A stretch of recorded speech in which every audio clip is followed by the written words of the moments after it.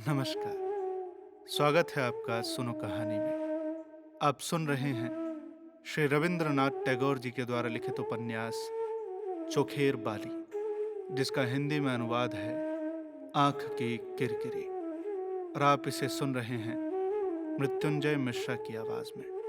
कहानी के पिछले भाग में हमने सुना कि महेंद्र जिद करके किसी भी प्रकार आशालता से विवाह कर ही लेता है। हालांकि राजलक्ष्मी इस विवाह के हित में नहीं थी, ना ही अन्नपूर्णा ही थी, परंतु भाग्य को यही मंजूर था। अब आइए आगे सुनते हैं। भाग 3। कुछ दिन पानी न पड़ने पर खेत की फसल सूख कर जिस तरह पीली पड़ जाती है और फिर बारिश के आने पर फौरन लहलहा कर बढ़ने लगती है, ऐसा ही आशा के साथ हुआ। जहां उसका रक्त संबंध था, वहां वो कभी आत्मीयता का दावा न कर सकी थी। अब पराये घर में आकर जब उसके पति ने एक अनाथ के सिर पर मुकुट रख दिया, तो उसने इस प्रतिष्ठा को हाथ में लेने में देरी नहीं की। नई बहू की सारी लाज, शर्म और संकोच त्याग कर वो उस सिंहासन पर जा बैठी जो उसके पति ने उसके लिए स्थापित कर दिया था। उस निर्णायक दोपहरी को जब राजलक्ष्मी ने पराये घर से आई उस नई बहू को इस तरह साधिकार सिंहासन पर आसीन देखा, मानो वो उसका जन्म सिद्ध पावना था, तो वो जुगुप्सा से भरकर नीचे उतर आई। फिर अपने मन की जलन से अन्नपूर्णा को भी जलाने के लिए वे उसके कमरे में जा पहुंची। शब्दों की बौछार करते हुए उन्होंने कहा, ये ओ मजली, जाकर देखो जरा तुम्हारी नवाबजादी अपनी नवाबी घर से कैसा पाठ पढ़कर आई है। आज अगर घर के बड़े बूढ़े होते तो। अन्नपूर्णा ने कातर होकर कहा, दीदी, अपनी बहू को तुम शिक्षा दो या हुकूमत चलाओ, मुझसे क्यों कह रही हो? राजलक्ष्मी धनुष की तनी डोरी से टंकार उठी। "हं, मेरी बहू, अरे जब तक तुम जैसी मंत्राणी हो वो मुझे कैसे मान सकती है?" ये सुनकर अन्नपूर्णा पैर पटकती हुई महेंद्र के कमरे में पहुंच गई। आशा से बोली, अरे तू इस तरह से मेरा सिर नीचा करेगी रे मुंहजली? शर्म नहीं, हया नहीं, समय असमय का ख्याल नहीं। बूढ़ी सास पर सारा गृहस्थी का बोझ डालकर तुम यहाँ आराम फरमा रही हो। मेरा ही नसीब जड़ा कि मैं तुझे इस घर में ले आई। ये कहते कहते उनकी आंखों से आंसू बहने लगे और आशा भी सिर झुकाए आंचल के छोर को नाखून से नोचती हुई चुपचाप रोने लगी। महेंद्र ने कहा, काकी माँ, तुम बहू को क्यों बेकार में डांट रही हो? इसे मैंने ही रोक रखा था। अन्नपूर्णा बोली, सो क्या तुमने कोई अच्छा काम किया बेटा? अभी एक अनाथ लड़की है जिसे कभी मां नसीब नहीं हुई जो इसे सिखाती। इसे सही गलत का क्या पता? भला तुम इसे सिखा क्या रहे हो? महेंद्र ने कहा, ये देखो ना चाची, इसके लिए मैं स्लेट, बही, किताब सब खरीद लाया हूं। इसे मैं लिखना पढ़ना सिखाऊंगा चाची, अब चाहे लोग मेरी निंदा ही करें। अन्नपूर्णा ने कहा, ठीक है, लेकिन ये क्या तमाम दिन चलेगा बेटा? शाम के बाद घंटा आधा घंटा पढ़ा लिया बस। घंटा आधा घंटा पढ़ना ही तो काफी होगा। महेंद्र बोला, अरे इतना आसान नहीं है चाची, पढ़ने लिखने में समय लगता है। अन्नपूर्णा खींच कर चली गई। आशा भी उनके पीछे पीछे चल पड़ी, परंतु महेंद्र दरवाजा रोककर खड़ा हो गया। उसने आशा की गीली आंखों की विनती न मानी। वैसे आपको बता दें कि आशा को खुद भी नहीं लगता कि लिखना पढ़ना जरूरी है, फिर भी वो अपने पति की खातिर किताबों पर एक बार की झुककर सिर हिलाती हुई बताई चीजें याद करती है। कमरे के कोने में छोटी सी मेज पर डॉक्टरी की किताब खोले मास्टर साहब कुर्सी पर बैठे होते और बीच बीच में कनखियों से छात्र को देखते रहते और अचानक अपनी किताब बंद करके आवाज देते कि सुन्नी, इधर आओ। यह आशा का ही घरेलू नाम था। इस तरह के बुलावे आशा को घबरा देते। अपने अध्यापक के बुलाने पर इस बार भी चौंक कर आशा ने उधर देखा। वो बोला, अच्छा जरा लाओ तो किताब देखूं, कहां पढ़ रही हो? आशा को लगा कि जांच होगी और उसमें पास होने की उम्मीद कम ही थी। आगे आगे पाठ और पीछे सपाट, कुछ यही हाल था। एक हाथ से उसकी कमर को कसकर लपेटकर दूसरे हाथ से किताब पकड़कर महेंद्र ने पूछा, अरे आज कितना पढ़ गई देखूं तो? जितनी पंक्तियों पर वो सरसरी निगाह फेर गई थी सो दिखा दिया। महेंद्र ने अचरज से कहा, ओह, इतना पढ़ गई? अच्छा, मैंने कितना पढ़ा दिखाऊं? और अपनी किताब के किसी अध्याय का शीर्षक भर दिखा दिया। अचरज से आंखें बड़ी बड़ी करके आशा ने पूछा, तो इतनी देर से क्या कर रहे थे? उसकी ठोड़ी पकड़कर महेंद्र ने कहा, मैं किसी के बारे में सोच रहा था, और जिसके बारे में सोच रहा था वो तो दिमाग का वर्णन पढ़ने में मशगूल थी। इस बेवजह शिकायत का सटीक जवाब आशा न दे सकी, लेकिन फिर गैर बराबरी की प्रतियोगिता में तो झूठी हार मान लेनी पड़ती है। ऐसे ही एक रोज महेंद्र मौजूद नहीं था। मौका पाकर आशा पढ़ने बैठ गई कि अचानक कहीं से आकर उसने आंखें मींच ली और किताब छीनकर कहने लगा, बेरहम कहीं की, मैं नहीं होता हूं तो तुम मेरे बारे में सोचते तक नहीं। बताओ, किताबों में डूब जाती हो। आशा ने कहा, तो क्या तुम मुझे गवार बनाए रखोगे? महेंद्र ने कहा, तुम्हारी कृपा से अपनी ही विद्या कौन आगे बढ़ रही है। बात आशा को लग गई। फौरन चल देने का उपक्रम करती बोली, मैंने तुम्हारी पढ़ाई में ऐसी कौन सी रुकावट डाली है? उसका हाथ थामकर महेंद्र ने कहा, ये तुम नहीं समझोगी। मुझे भूलकर तुम जितनी आसानी से पढ़ लिख लेती हो, तुम्हें भूलकर उतनी आसानी से मैं नहीं पढ़ लिख पाता। शिक्षक ही जब शिक्षा की सबसे बड़ी बाधा हो, तो छात्र की क्या मजाल कि विद्या के वन में राह बनाकर चल सके। कभी कभी मौसी की झिड़की याद आती और चित्त विचलित हो जाता। सास को तो देखकर शर्म से गड़ जाती, लेकिन सास उसे किसी काम को न कहती। अपने मन से उनकी मदद करना चाहती तो वो पढ़ाई के हर्जे की बात कहकर उसे वापस भेज देती। आखिर अन्नपूर्णा ने आशा से कहा, तुम्हारी जो पढ़ाई चल रही है वो तो मैं देख ही रही हूँ। महेंद्र को क्या डॉक्टरी का इम्तिहान न देने दोगे? ये सुनकर आशा ने अपने जी को कड़ा किया। महेंद्र से कहा, ऐसा है, तुम्हारे इम्तिहान की तैयारी नहीं हो पा रही है, इसलिए आज से मैं नीचे मौसी के कमरे में रहा करूंगी। इस उम्र में ऐसा कठोर संन्यास व्रत, सोने के कमरे से एक बारगी मौसी के कमरे में निर्वासन। ऐसी कठोर प्रतिज्ञा करते हुए क्या उसकी आंखों के कोनों में आंसू छलक पड़े? बेबस होंठ कांप उठे और गला रुंध गया। महेंद्र बोला, बेहतर है, चाची के कमरे में ही चलो, मगर तब उन्हें हमारे कमरे में ऊपर आना पड़ेगा। उसका गंभीर प्रस्ताव मजाक बन गया। इससे आशा नाराज हुई। महेंद्र ने एक और विचार प्रकट किया, देखो, मेरे पास इससे बेहतर उपाय है। इससे तो अच्छा है कि तुम दिन रात मुझे आंखों आंखों में रखो और निगरानी करो, फिर देखो ना मेरे इम्तिहान की पढ़ाई चलती है कि नहीं। एक दिन बारिश हो रही थी, बादल घिरे थे और वर्षा ऋतु के आगमन की सूचना दे रहे थे। ऐसे में बदन पर एक सुवासित महीन चादर और जूही की माला गले में डाले महेंद्र मगन मन अपने सोने के कमरे में पहुंचा। अचानक आशा को चौंका देने के विचार से जूतों की आवाज न होने दी। झांक कर देखा कि पूरब की खुली खिड़की से पानी की बौछार के साथ हवा के तीखे झोंके कमरे में आ रहे हैं। दिया बुझ गया और आशा नीचे बिछावन पर पड़ी रो रही है। महेंद्र जल्दी से उसके करीब गया और पूछा, क्या बात है? वो दूने आवेग से रोने लगी। बड़ी देर के बाद महेंद्र को जवाब मिला कि मौसी से और बर्दाश्त न हो सका, अपने फुफेरे भाई के यहाँ चली गई। महेंद्र के मन में आया कि गई तो गई, लेकिन बदली की ऐसी सुहानी सांझ को खराब कर गई। अंत में सारा गुस्सा मां पर आया, वही तो इन सारे अनर्थों की जड़ है। महेंद्र ने कहा, ऐसी बात है तो हम भी वहीं चलेंगे जहां चाची गई हैं, देखते हैं कि मां किससे झगड़ती है। और उसने खूब शोरगुल के साथ असबाब बांधना और उसे ले जाने के लिए कुली मजदूरों को बुलाना शुरू कर दिया। राजलक्ष्मी समझ गई। धीरे धीरे महेंद्र के पास आई और शांत स्वर में पूछा, कहाँ जा रहा है तू? महेंद्र ने पहले कोई जवाब ही न दिया। 2-3 बार पूछे जाने पर बताया, चाची के पास। राजलक्ष्मी बोली, अरे तो मैं ही उसे यहाँ बुला देती हूँ। राजलक्ष्मी उसी समय पालकी पर सवार होकर अन्नपूर्णा को लिवाने उनके घर गई। गले में आंचल डालकर हाथ जोड़ते हुए कहा, खुश हो मछली बहू, मुझे माफ करो। अन्नपूर्णा ने जल्दी जल्दी उनके पैरों की धूल ली और कातर स्वर में कहा, दीदी दीदी, भला मुझे क्यों दोषी बना रही हो? तुम जैसा हुक्म दोगी मैं तो वैसा ही करूंगी। राजलक्ष्मी ने कहा, अरे तुम चली आई हो तो मेरे बेटे बहू भी घर छोड़कर यहीं आ रहे हैं। और ये कहते कहते वे रो पड़ी। जेठानी देवरानी दोनों घर लौट आई, तब भी वर्षा हो रही थी।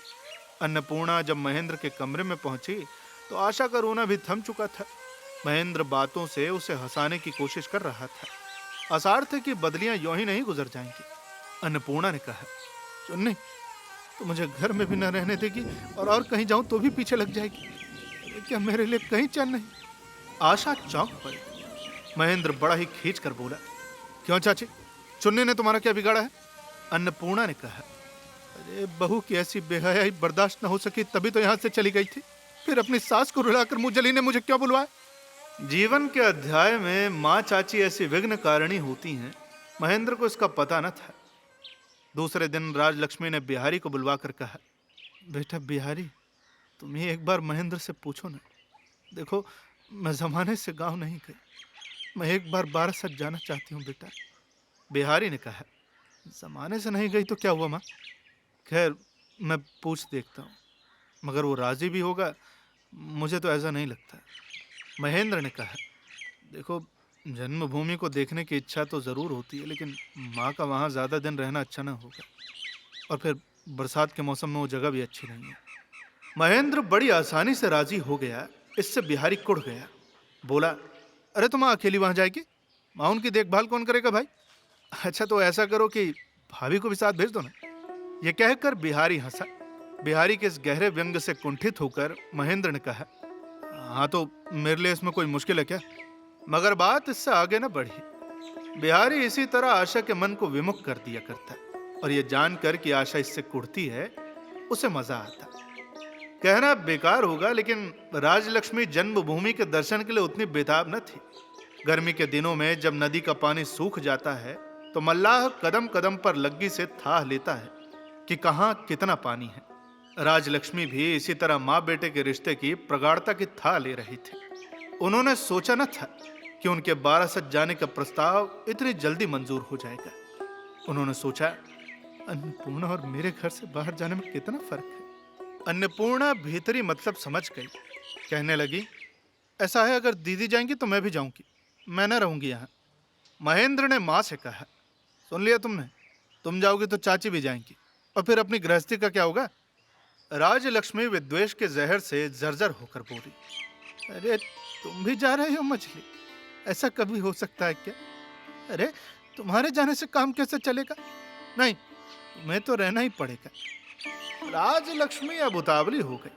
दूसरे दिन दोपहर को ही उन्होंने गांव जाने की सारी तैयारियां कर डाली। महेंद्र ही उन्हें पहुंचाने जाएगा, इसमें किसी को भी शुभा न था। लेकिन रवाना होते वक्त मालूम पड़ा कि महेंद्र ने मां के साथ जाने के लिए एक गुमाश्ता और दरबान तय कर रखा है। बिहारी ने पूछा, अरे तुम अभी तक तैयार नहीं हुए भैया? महेंद्र ने लजा कर कहा, वो मेरे कॉलेज की, खैर तुम जाने ही दो, माँ को मैं ही छोड़ आता हूँ। महेंद्र मन ही मन नाराज हुआ। अकेले में आशा से बोला, सचमुच बता रहा हूँ, बिहारी ने अब ज्यादती शुरू कर दी है। वो दिखाना चाहता है कि माँ का ख्याल वो मुझसे ज्यादा रखता है। वहीं अन्नपूर्णा को पीछे रह जाना पड़ा, लेकिन लाज, कुड़न और खीज से वो सिमटी सी रही। चाची का यह दुराव देखकर महेंद्र नाराज हुआ, और आशा भी रूठी रही। राजलक्ष्मी अपने मैके पहुंच गई। तय था कि उन्हें छोड़कर बिहारी वापस चला जाएगा, लेकिन वहां की हालत देखकर बिहारी ने फैसला किया कि उसका इतनी जल्दी लौटना सही न होगा। लिहाजा वो बारासत में ही ठहर गया। राजलक्ष्मी के मैके में महज दो एक बूढ़ी विधवाएं थी। चारों तरफ घना बेलगाम जंगल और बांस की झाड़ियां, पोखर के पानी पर काई जमी हुई, और दिन दोपहर में सियारों की हुआ। इस सबसे राजलक्ष्मी की रूह तड़प उठती। बिहारी ने कहा, माँ देखो, जन्मभूमि तो ये जरूर है, मगर इसे स्वर्गादपि गरियसी तो हरगिज नहीं कहा जा सकता। मैं यहाँ अकेली छोड़कर लौट जाऊं तो पाप लगेगा मुझे, इसलिए मेरा तो सुझाव है कि हम लोग वापस चले। माँ, राजलक्ष्मी के प्राण भी कांप उठे थे। वो बहुत हताश और बेचैन थी, और बिहारी के सुझाव को मानने का इरादा कर रही थी। तभी ऐसे में अचानक विनोदनी आ गई, और उसने सब कुछ संभाल लिया। विनोदनी के बारे में तो पहले ही कहा जा चुका है। महेंद्र से और उसके बाद बिहारी से किसी समय उसके विवाह की बात चली थी, लेकिन फिर इनमें से किसी प्रस्ताव का कोई नतीजा नहीं निकला था। वेदना की लिखी भाग्य लिपि से जिस आदमी से उसका विवाह हुआ, वो तिल्ली की सूजन का शिकार था, और शादी के बाद जल्दी ही चल बसा था। उसके बाद से विनोदनी घने जंगल से घिरे इस वीराने में अकेली लता सिरखी घुट घुट कर जी रही थी। वही अनाथ विनोदनी अपनी फुफिया सास राजलक्ष्मी के पास आई, उन्हें प्रणाम किया और उनके सेवा जतन में जुट गई। सेवा इसी का तो नाम है, घड़ी को आलस नहीं।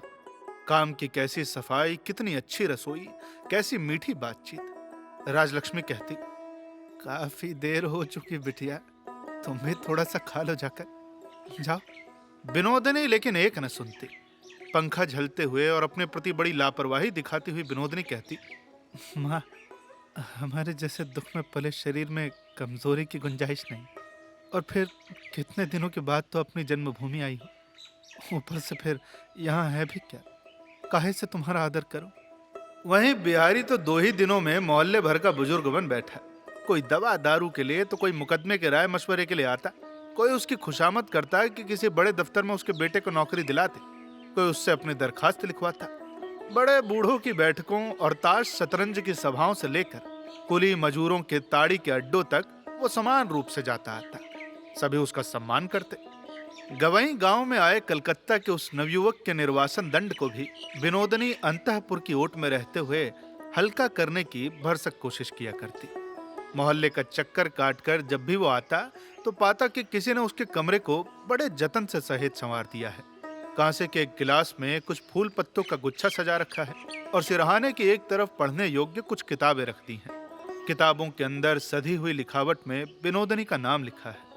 अक्षर तो स्त्रियों जैसे हैं, मगर स्पष्ट और सुंदर हैं। गांव में अतिथि सत्कार का जो आम तरीका था, उससे इसमें थोड़ा फर्क था। उसी का जिक्र करते हुए बिहारी जब तारीफ करता तो राजलक्ष्मी कहती, "और ऐसी लड़की को तुम लोगों ने कबूल नहीं किया।" हंसते हुए बिहारी इस पे कहता, "बेशक हमने अच्छा नहीं किया माँ, ठगा गया। मगर एक बात है माँ, विवाह न करके ठगाना बेहतर है। ब्याह करके ठगाता तो मुसीबत थी माँ।" राजलक्ष्मी के जी में बार बार यही आता रहा कि काश यही तो मेरी पतोहू होने योग्य थी। क्यों न हुई भला। राजलक्ष्मी कलकत्ता लौटने का जिक्र करती कि विनोदनी की आंखें छलछला उठती। वो कहती, "फिर आखिर तुम 2 दिन के लिए क्यों आई बुआ? अब तुम्हें छोड़कर मैं कैसे रहूंगी?"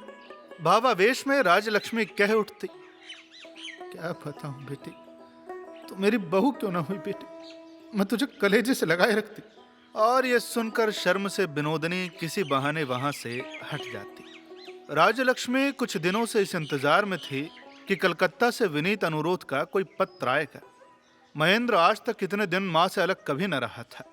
मां के इस लंबे बिछोह ने निश्चय ही उसके सब्र का बांध तोड़ दिया होगा।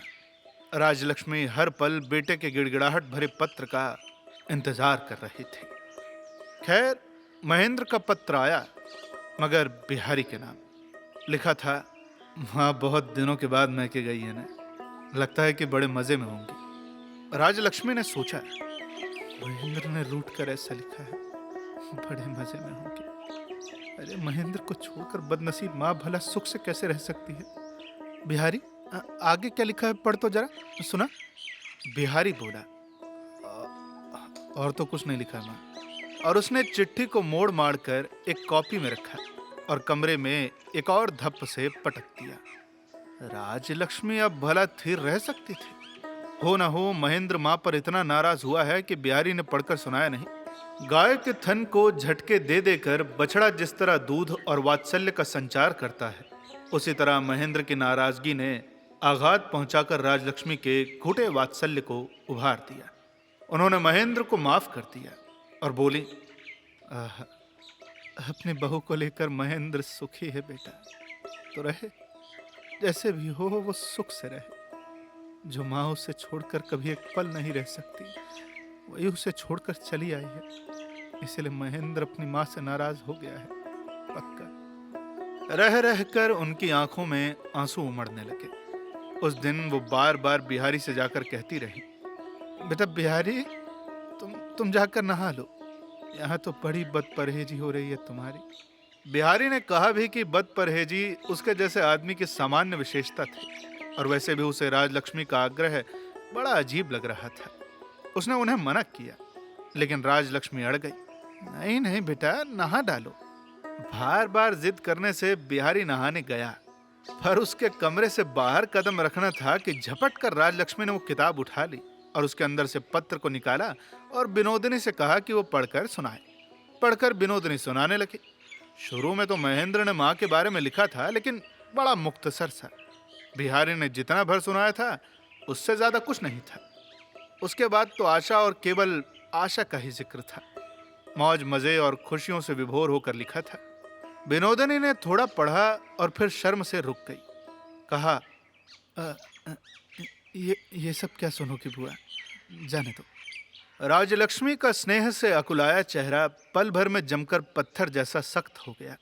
जरा देर चुप रही और फिर बोली, " रहने दो, और फिर चिट्ठी उन्होंने वापस न ली, चली गई।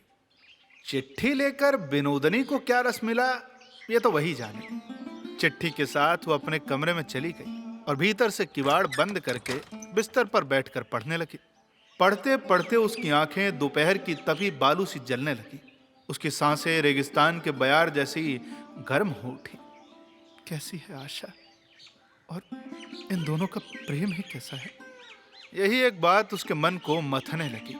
पत्र को गोद में डाले, पांव फैलाए, दीवार से पीठ टिकाकर वो सामने ताकती रही और फिर देर तक सोचती रही। और फिर महेंद्र की वो चिट्ठी बिहारी को ढूंढे न मिली। अचानक उसी दिन दोपहर में अन्नपूर्णा आ धमकी। किसी बुरी खबर की आशंका से राजलक्ष्मी का कलेजा सहसा कांप उठा। कुछ पूछने की उन्हें हिम्मत न हुई। वो फक पड़े चेहरे से अन्नपूर्णा की तरफ ताकती रह गई। अन्नपूर्णा ने उनकी चिंता दूर करने के ख्याल से कहा, कलकत्ता में सब राजी खुशी हैं जीजी। राजलक्ष्मी ने पूछा, अच्छा, तो फिर तुम यहाँ कैसे? दीदी, अपनी गृहस्थी तुम खुद जाकर संभालो। संसार से तो अपना जी उछट गया है। मैं तो काशी जाने का तय करके निकली हूँ। वो तो मैं बस तुम्हें प्रणाम करने आई थी। जाने अनजाने पता नहीं कितने कसूर हो गए हैं, उन्हें माफ करना। और तुम्हारी बहू, ये कहते कहते आंखों से आंसू उफन उठे। हो, नादान बच्ची है, उसकी मां नहीं। वो दोषी हो चाहे निर्दोष, लेकिन तुम्हारी है जीजी। और अन्नपूर्णा और न बोल सकी। राजलक्ष्मी जल्दी से उसके नहाने खाने का इंतजाम करने गई। बिहारी को मालूम हुआ तो वो घोष की चौपाल से दौड़ा आया। अन्नपूर्णा को प्रणाम करके बोला, अरे ऐसा भी कहीं होता है भला काकी मां? हम सबको इस तरह बेरहमी से ठुकरा कर तुम चल दोगी? ऐसा नहीं होगा।